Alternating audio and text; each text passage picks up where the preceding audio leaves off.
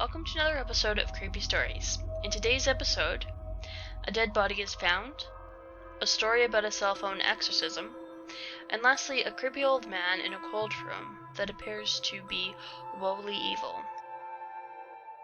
The Body in the Woods by Pat and Laura 1.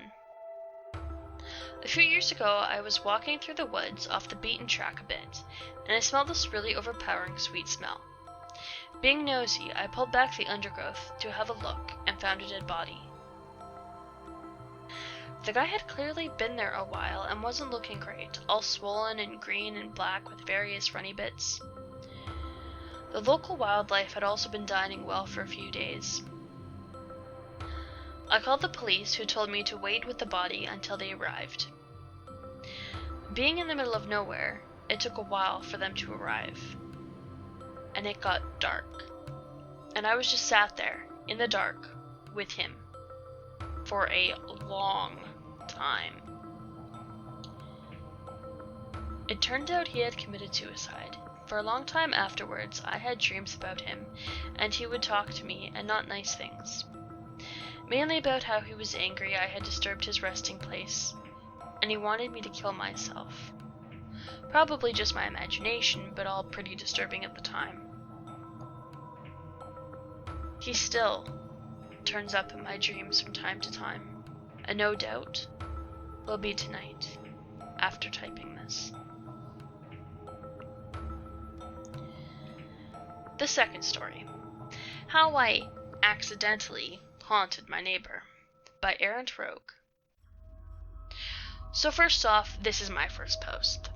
I've had a lot of very real paranormal experiences, but I wanted to start off with this one, mainly because it's funny. This was a few years ago at my mom's house in Riverside, California.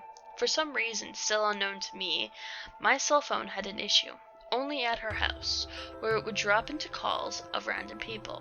I could vaguely listen to other people's phone calls, and they could apparently vaguely hear me. I didn't think much of it.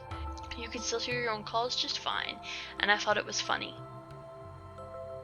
There was one random guy who my phone must have hated, and I dropped into his calls a few times. Then, one day, I pick up the phone to make a call. I can't remember who I was trying to call, and I hear the guy again on a call with another guy. When I hear his voice, I think he's the person I'm trying to call, so I start talking to him. He freaks out and starts saying things like, "What is your name? What is your name?" I realize he thinks his phone is possessed and is trying to conduct an exorcism. So I start laughing. This makes him freak out even more, which makes me laugh even more.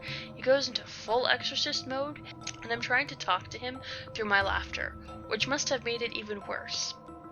Eventually, I got bored and just hung up. TLDR, phone dropped into some guy's call.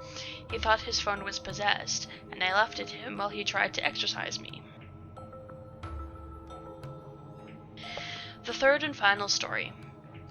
A strange old man in a black cloak in a nightmare in a cold room in an old house, by Xbox Gamer.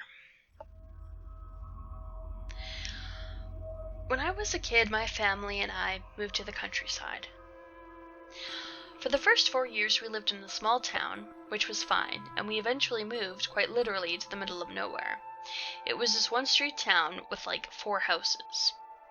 It was okay because I spent most of my time indoors anyways. I've always been indoorsy. The house we were living in was big, much bigger than anything I had ever stayed in before. Before we moved to the countryside, we lived in a suburban area of a city with a pretty big home, then a small town in the middle of nowhere.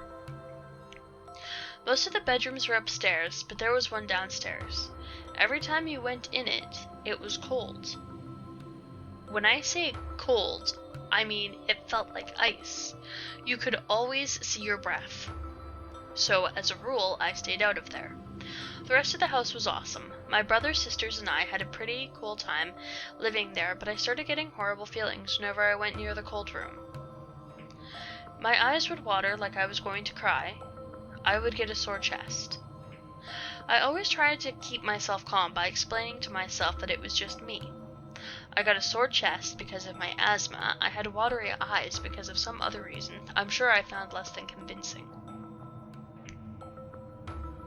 The part that gets creepy was when our kitchen was being remodeled. Because of the layout of the kitchen, we had to move the fridge into the cold bedroom until the remodeling was finished. I couldn't stand going in there, and eventually I straight out refused. Since I'm almost always inside, I spent a lot of time with my 2 dogs, who were younger at the time. Whenever they went near that room, they would show their teeth and raise their ankles, which they virtually never did. One night, I fell asleep and had this nightmare. In it, I went into the room to get something as fast as I possibly could. But then the door slammed shut, and I couldn't open it for the life of me. On the other side, my brother was trying to force it open. Then this man appeared. He was clothed in a huge black cloak and started mumbling words I couldn't make out before he started strangling me. I woke up coughing like mad and had what I call a mini asthma attack. I told my mom the next morning, and she stared as if looking through me, not at me. Then she said, "Xbox gamer, I had the exact same dream." She never wanted to freak me out, so straight away she confronted me by telling me it was just a dream. I kept dreaming the same nightmare, and I never asked her, but I think my mom did too, because after a couple of months we moved away. The man in the dream was old, but looked woefully evil. I don't know what happened in the house, but there was something about that room. Nothing could warm it, and the eerie sensations I got when near it were stronger than any I'd ever felt. Edit 1. So a few of you said I should look into it and see what I could find. When I did a quick Google of the street, it turned up nothing and gave me the names of nearby locations. I'll update again soon. Edit 2. So I found it on the Google. However, it only spoke about that village once had a larger population, a school and a train station, etc. But after the coal mining industry in the area was done, many people moved, and full streets lay empty. I knew all of this, and when I say full streets, I mean like 15 houses, maybe 20. Barely anyone lives there today. If you like this video, hit the like button and share it with a like-minded horror fiend just like you. If you want to know when more videos are coming, simply subscribe to the channel. If you have any of your own creepypastas or true horror stories, share in the comments below, and you might just hear your story being read. I know you can pick any YouTuber to watch, so I just want to thank you for picking one of my videos. Hope it didn't scare you to death.